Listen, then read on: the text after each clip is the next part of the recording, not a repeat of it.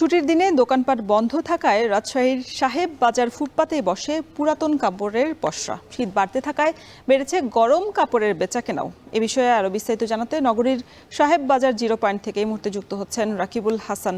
রাকিবুল, এই বছর শীতের পোশাকের দাম কেমন দেখছেন আর ছুটির দিনে বিক্রির কতটা বাড়ছে, কি বলছে বিক্রেতারা? রওশন, আসলে শীত যেমন উপভোগের তেমন আসলে যাতনারও।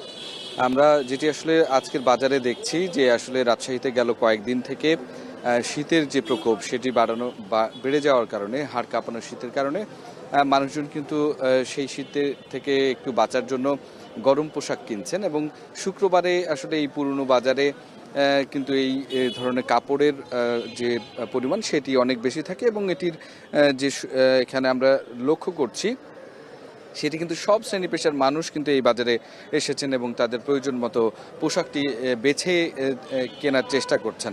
কারণ আসলে অন্যান্য জায়গায় শপিং মলগুলো একটু উচ্চ দামে আসলে কিনতে হয়, এখানে আসলে কিছু পছন্দসই কাপড় চোপড় আসলে পাওয়া যায় এবং সেটি আসলে দেখে শুনে তারা কেনেন। আজকের বাজারে আমরা যেটি লক্ষ্য করছি যে সর্বনিম্ন 50 টাকা থেকে শুরু করে সর্বোচ্চ 3000 টাকা 2500 টাকা পর্যন্ত বিভিন্ন ধরনের শীতের পোশাক কিন্তু পাওয়া যাচ্ছে।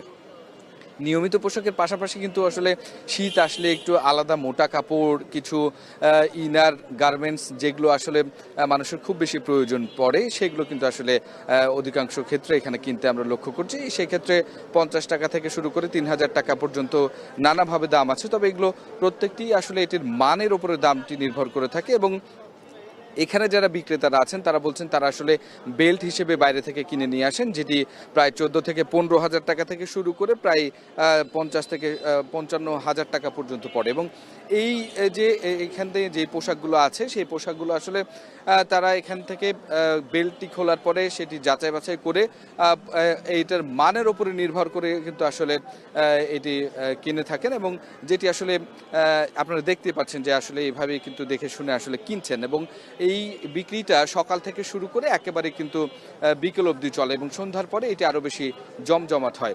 তো রওশন, আসলে রাজশাহী সাহেববাজারের ছুটির দিনে যেহেতু দোকানগুলো বন্ধ আছে যার কারণে এই সুযোগটিতে ফুটপাতের এই বিক্রিটা বেড়েছে।